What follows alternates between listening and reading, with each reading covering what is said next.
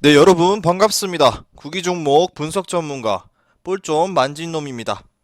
11월 4일 국내 농구 한 경기 프리뷰 시작하도록 하겠습니다. 볼 좀 만진 놈의 조합픽을 직접 받고 싶으신 분들은 영상 하단에 고정 댓글로 문의 주시면 조합픽을 무료로 받아보실 수 있습니다. 내일 경기는 서울 SK와 인천 전자랜드의 경기입니다. 서울 SK는 시즌 6승 3패, 리그 2위, 홈에서는 4승 0패를 기록 중이며 경기당 평균 82.6득점, 84.7실점을 기록 중입니다. 원정팀 인천 전자랜드는 시즌 7승 2패, 리그 1위, 원정에서 3승 1패, 경기당 평균 84.8득점, 평균 77실점을 기록하고 있습니다. 서울 SK는 지난 경기 창원 LG를 상대로도 대량 실점을 내주며 아쉬운 패배를 당했습니다. 그나마 미네라스가 팀에 적응하는 모습을 보였고 최준용, 김선영, 최부경, 원희 그리고 안영준으로 이어지는 주축 라인의 활약이 이어지고 있다는 점이 긍정적인 요소입니다. 지난 경기에서는 양우섭이 상대의 디펜스에 연이어 막히면서 아쉬운 흐름이 이어졌는데 팀의 강점인 높이도 제대로 활용하지 못했던 SK입니다. 하지만 이번에는 강점을 다시금 드러낼 가능성이 매우 커 보입니다. 우선적으로 높이에 약세를 보이고 있는 전자랜드를 상대하기 때문에 수비적인 움직임을 가져가더라도 리드를 이끌어낼 수 있습니다. 이와 더불어 김선영, 양우섭의 존재감은 예년부터 전자랜드의 가드진을 상대로 매치업에서 밀리지 않는 모습을 보여왔습니다. 그렇기 때문에 높이에서의 강점을 바탕으로 많은 공격 리바운드를 가져가며 전방에서부터 전자랜드를 압박하는 흐름을 만들어낼 수 있는 SK입니다. 지난 시즌에도 전자랜드와 맞대결에서 리바운드에서 압도적인 우위를 선보이며 10점 차 이상의 승리를 어렵지 않게 만들어낸 SK. 올 시즌 전자랜드의 전력이 한층 개선된 모습을 보이고 있다 하더라도 미네라스가 컨디션 회복을 하기 시작한 시점에서 상대적인 강점을 드러낼 수 있을 것으로 보입니다.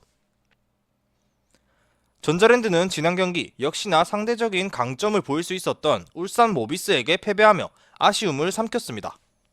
김낙현, 차바위가 좋은 활약을 보였으나 정영삼이 부진한 모습을 보였던 것이 열세로 이어졌습니다.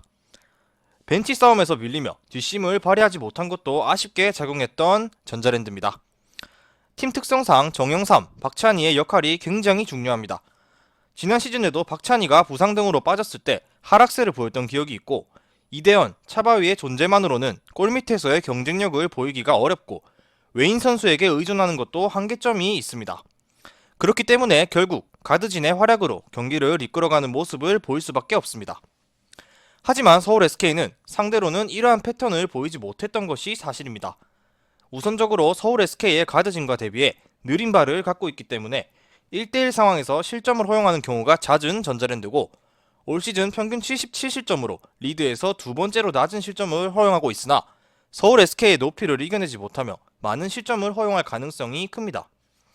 지난 맞대결에서는 백투백 경기를 치르며 4쿼터에 집중력을 발휘해 변수를 만들어냈지만 이전까지는 가드진의 활약이 나오지 못했습니다. 체력적인 부담이 덜한 이번 경기에서는 뒷심을 발휘하는 변수를 만들어내기도 어려울 것입니다. 지난 맞대결에서는 양팀 모두 백투백 경기를 치르며 경기에 대한 의지를 갖고 있는 팀이 우위를 점할 수 있는 상황이었습니다. 그리고 개막 이후 2승 1패를 생각했던 서울 SK의 문경은 감독은 4쿼터 들어 주축 선수들을 모두 빼며 경기를 내주는 선택을 했습니다. 하지만 이번 경기에서는 서울 SK가 이러한 선택을 할 이유가 없습니다. 미네라스가 초반에 대비해 컨디션을 끌어올리는 모습을 보여주고 있고 높이에서의 강점을 확실히 드러낼 수 있기 때문에 경기 내내 유리한 고지를 점령할 수 있을 것입니다. 서울 SK가 전자랜드에게 외곽슛을 내주지 않는 수비적인 움직임을 가져가며 인사이드에서의 우위를 활용해 지난 맞대결의 아쉬움을 털어낼 것으로 보입니다.